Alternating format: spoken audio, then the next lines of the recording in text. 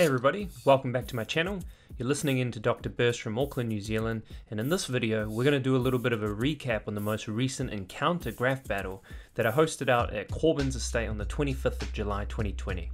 In this battle we had a lot of new raw talent including Pesto, Karvs, Weks, Sqgl and Vrod. In addition to the visuals, I had a conversation with the infamous DTR crew from Christchurch, who were the 4 online judges of this round's battle. We had a conversation about graffiti, criteria for the battle, and their top picks from the event. So kick back and have a little listen to our conversation. Hey Freak, shot for joining us and being one of the judges. For the people that don't know, you were featured in one of our recent real-time web series videos, and for the people that haven't seen it, make sure you go check it out. That's up on my YouTube page.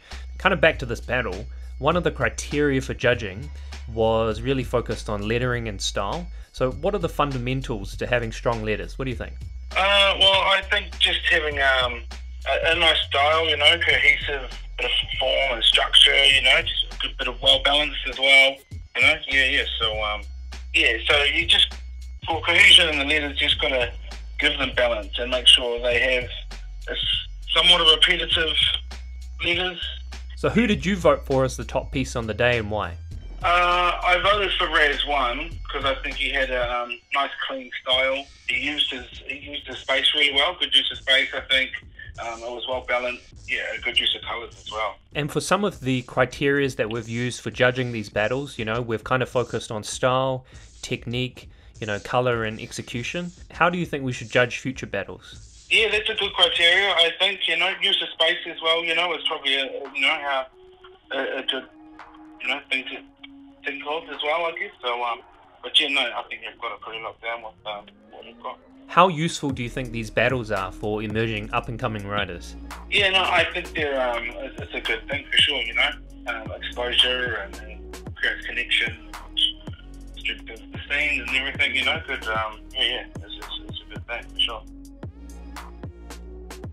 Hey Ikarus, thanks for joining us and being one of the judges from DTR. Now, I want to get straight into it. So, you're a veteran of the graph game, and you've been painting for a pretty long time. So, in this battle, what were some of the things that you were looking for in relation to style and lettering? I'm always probably looking at letters first over like over like effects and stuff like that. So, like, I'd probably look for a strong letter, just like basic foundation of strong letters first and foremost. What does strong letters and good foundations actually look like?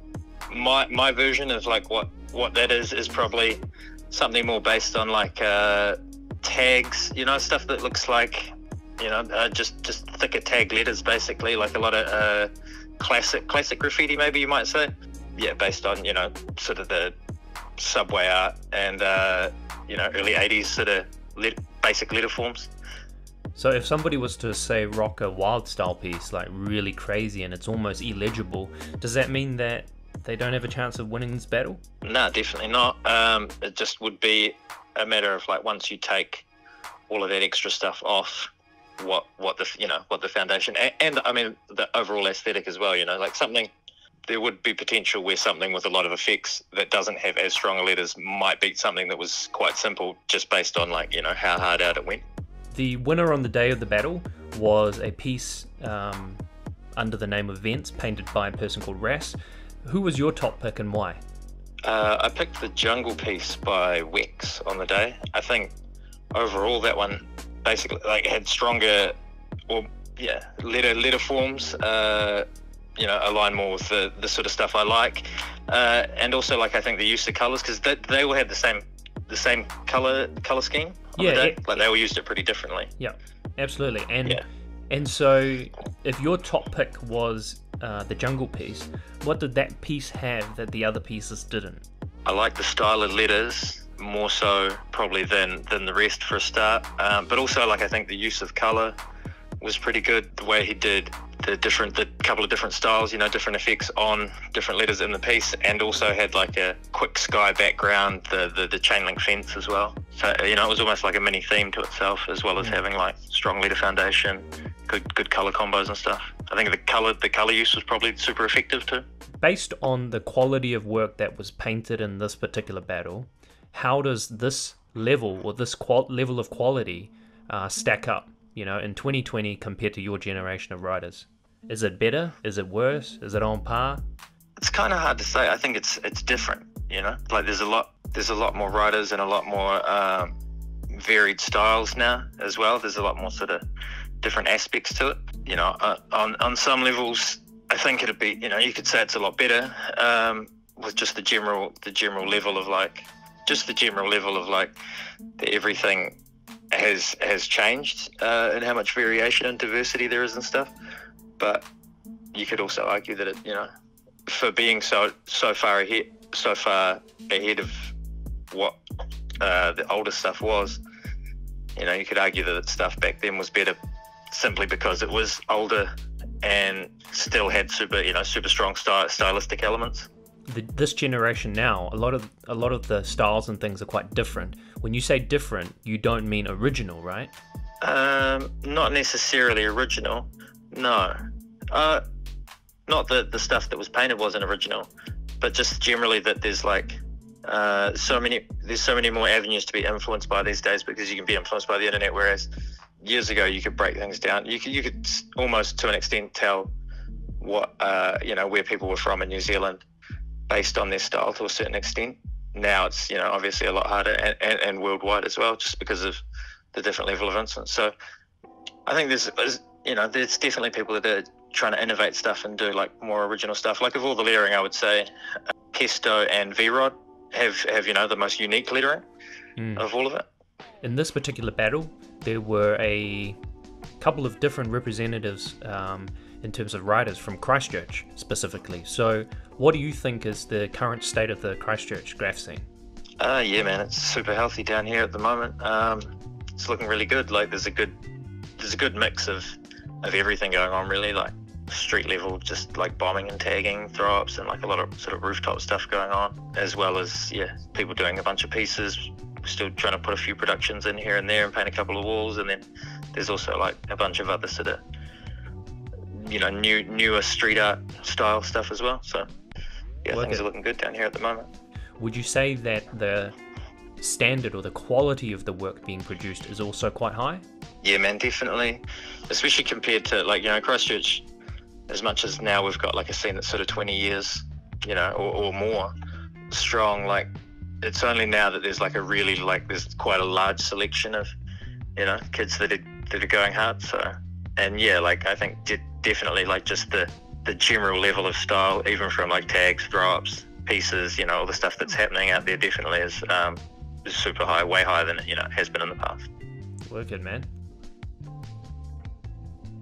Hey Yikes, thanks for joining us and being one of the judges. So now, when I think about your pieces, they have the foundations of traditional graffiti lettering, but they're also quite animated and characterized. So in this battle, who do you think had the most originality and why? I kind of felt like the Vents piece was one of the ones that stood out for me, kind of through kind of composition as a whole structure, especially like with the way I paint. I sort of feel like that's a fairly important thing to kind of have with letters, even if they're, you know, manipulated or not. So that Vents piece was really kind of a standout, like bang. It had good power behind it in terms of, like, you know, first glances. So you've mentioned this idea of good composition. How does a writer bring good composition to their pieces? I think like kind of like spacing with letters is fairly important, like not having your letters kind of like on top of each other too much, you know, like to have like a good sort of cohesion throughout the whole piece. I feel like the letters need to sort of have their own kind of stance and sort of own power behind them, so that the whole piece kind of comes together. And, you know, like I feel from my own pieces in the past, done it myself, you know, letting other letters kind of like stand out more actually affects the piece a little bit sometimes. So like having this nice cohesion through the whole thing seems to sort of be fairly like powerful, I feel.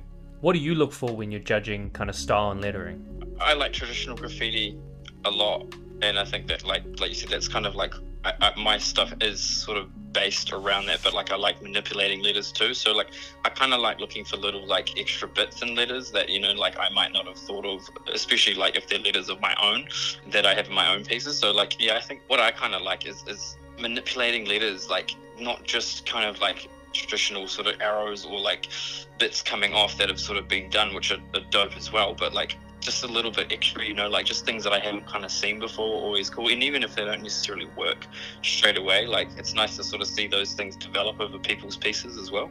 Totally. And before, you also mentioned this idea of legibility. When you say legibility, obviously that means, you know, your ability to read the letters, but does that mean that if someone rocked a wild style piece, you know, totally crazy, that's not a piece that's likely to win? No, I kind of really like wild style pieces as well. Like it's kind of almost like there's like this little like nice spot in between the middle of, you know, like traditional sort of like clean sort of cut letters and then wild style letters. Like I really like wild style letters. I feel like when the piece is kind of heading in that direction, that's when that whole composition of the whole piece kind of comes into effect too, because you sort of start looking at that whole piece as a whole thing rather than just sort of like breaking out individual letters.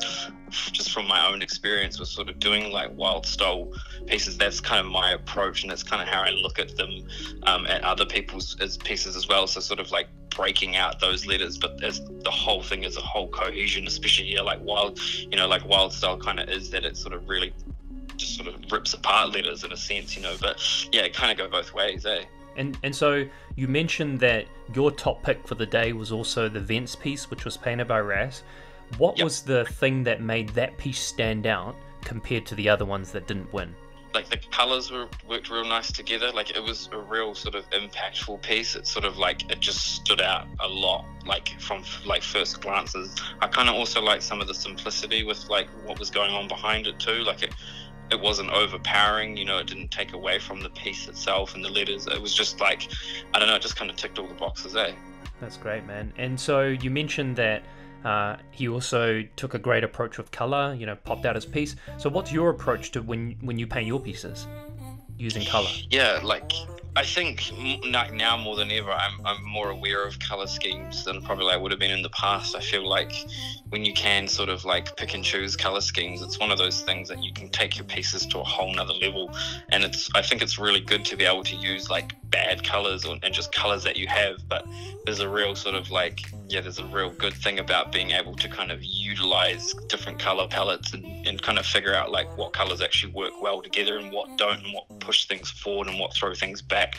I think it's kind of one of those things that it's never like, unless you have sort of like access to kind of any kind of color, it's not necessarily something you think about. I feel most writers are probably like train themselves to an extent without even really knowing that they're doing that, to how to use like all sorts of colors. But yeah, man, I think colors are a pretty important thing to like help make your piece that much better, eh? And would you say that you normally kind of freestyle your colors, or do you really plan everything to the T, like what scheme is everything's going to be?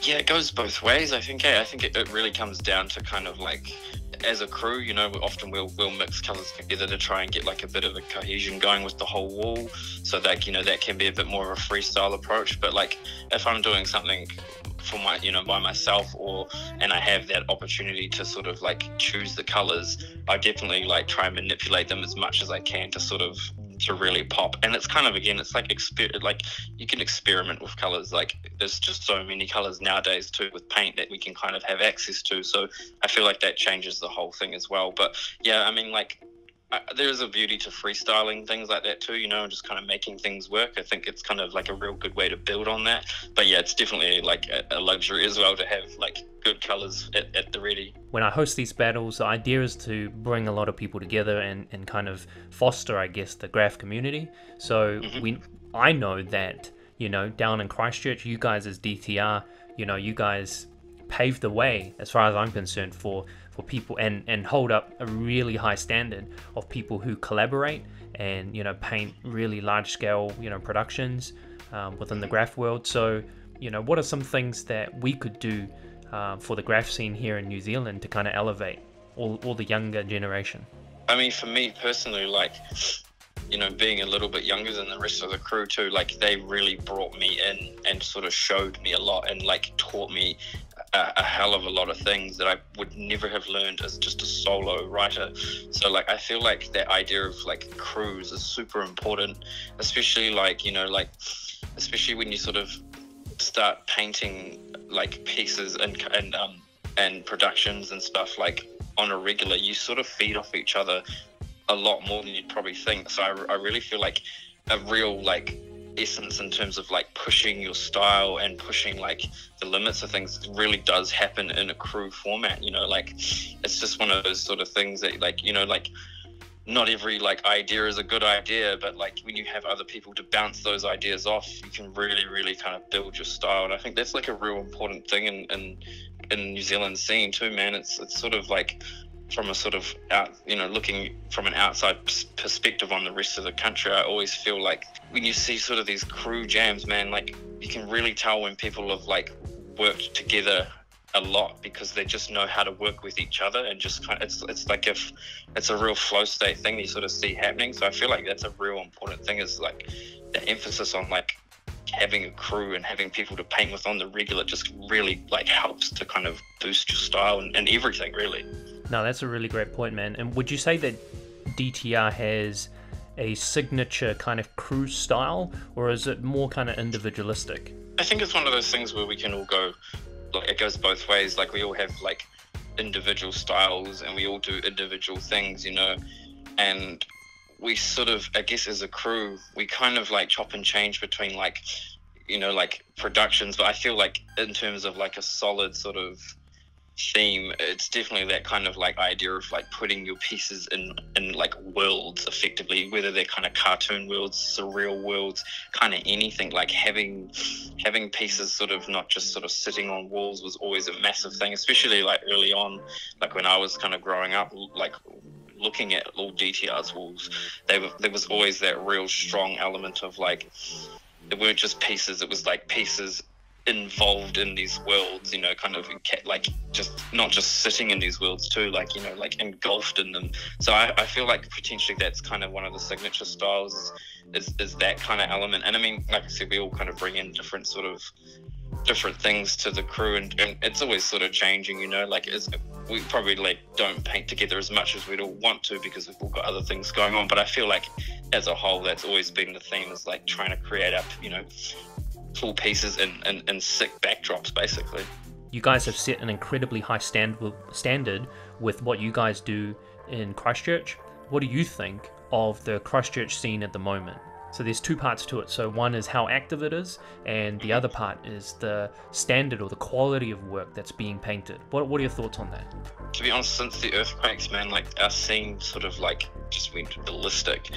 Like all formats of the scene too, you know, not just kind of like one element to it. Like we had this opportunity with a city being so broken, like that just everything in terms of graffiti started just flourishing. So like I feel like our scene's always, I mean, I think it comes in waves a little bit in terms of like the productivity of like some of like people that are painting pieces and stuff. Like it's like it's just like our city's just thrashed. It's always been thrashed. It's always kind of had that element since the quakes, and I think that's because there's this big shift from the train line to sort of the street. The train line's still super thrashed too. Like it's not necessarily a shift, it's just like it's spread out. I think in terms of quality too, like it has always been this kind of like city where like a select sort of group of people will go super hard and then might kind of fall off. But recently that's kind of like sort of stopped happening. It's kind of a lot of dudes have been going super hard and still going super hard. So I think it's kind of it's picking up again. I think there were maybe for like a couple of years, you know, prior to this year, it was sort of like a bit of a quiet period. But in saying that too, man, like it's definitely never gone away. So I mean, I think we're in a real cool city to paint, to be honest, man. Like we're pretty lucky down here for that. Hey Dcypher, thanks for taking your time and joining us. Now, you're a writer that has lived in the west coast of the States for quite a while now, but you're back in New Zealand at the moment. So firstly, how does New Zealand graffiti stack up against places like LA? The quality's pretty amazing, really. Like per capita, like we've got a lot of talent here for sure. The States just being what it is, it's like there's so many people that it really like sets off the competitive nature of it, and people really pushing like the limit of what can be done, you know. Is there New Zealand definitely is like up there as far as that's concerned. Is there still a massive scene in LA for graffiti at the moment? Yeah, I'm sure. Yeah. I mean, I haven't really I'm not there, so I can't really see it. But it sort of goes through waves, but it's always a thing. There's always people bombing. There's always people doing productions and painting walls and that kind of thing. So it's too big to not have it happen. Absolutely, man. And how would you describe the New Zealand style, if there was one? I think it's quite regional. It sort of depends on what city you're from and different influences from different crews. Obviously, you guys up in Auckland have a lot of influence on people, and it sort of almost gives a style for Auckland, so to speak. And the same thing I see sort of happens down here a lot, even with names that people use and letters that people are using. But yeah, I don't know. It's a difficult one to really sort of hit the nail on the head as far as describing the style. I think it's it's definitely something that's developed over time, but it's sort of still in its infancy. And we sort of people are borrowing from all different parts of the world and that type of thing, and stuff that they've seen. Do you think with the influence of the internet these days and the kind of accessibility of the internet and being able to access, all these different writers around the globe, do you think that's kind of sped up or progressed kind of graph writing, or do you think it's degressed because it's so easily accessible? Yes, you could look at it from either side, but I think it's helped progress it. There's kids that come up now who have watched a handful of YouTube videos, all the stuff that you produce, and it just there's so much information there that if you were just on the street trying to meet people and learn graffiti from the ground up, a lot of generations have had to do, it takes a lot longer to sort of figure those things out. But now it's just sort of touch of a button, and you've got all sorts of hints and tricks and ways of going about it. And yeah, it's definitely helped push the art form, I think. Yeah, absolutely, man. And I guess in this recent battle, how did you kind of judge the style and lettering for the writers that were in this comp? It's all it's all about balance, really. I think is a big part of it, and somewhat readability. Even as a graffiti writer, if it's too wild and you're not familiar with the name, it doesn't often read as well. So yeah, I was kind of basing it off of just sort of balance and readability of each piece. Could you describe what you mean by balance? Just that the piece overall, I mean, it doesn't always have to be, symmetrical or anything, but just that everything's sort of, it's almost like balancing. It's not going to fall over.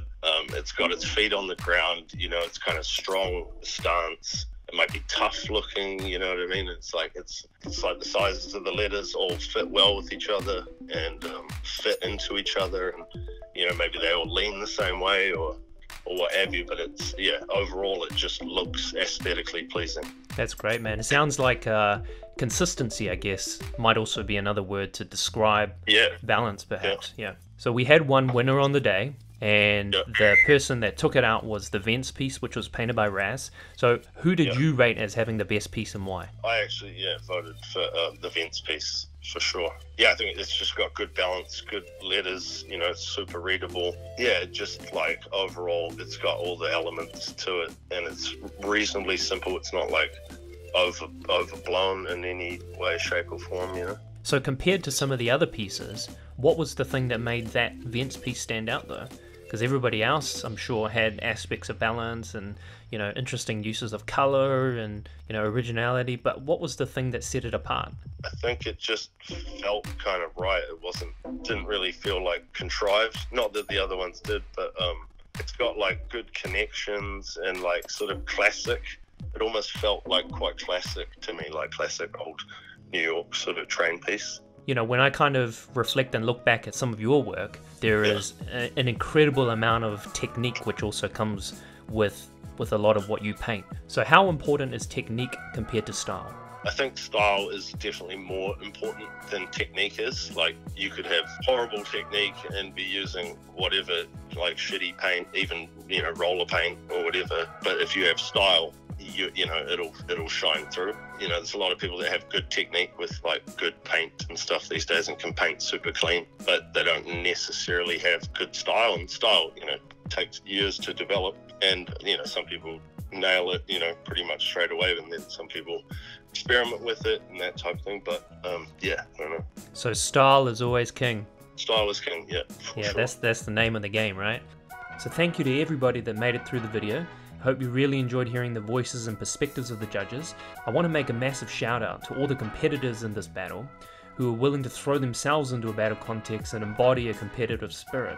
And I want to congratulate Ras1 from FGA for taking out the top spot in this battle, and thanks to DTR Crew for being our online judges and sharing their views. A huge thanks to Corbans Estate for hosting us and Foundation North for the funding, and thank you to my incredible wife for capturing all of this amazing footage. At the next Encounter Battle, we will be hosting a Champions Round, which is going to feature the winners from some of the previous battles, so stay tuned. If you like this video, make sure you drop us a like, subscribe, and comment below. We're always looking for feedback.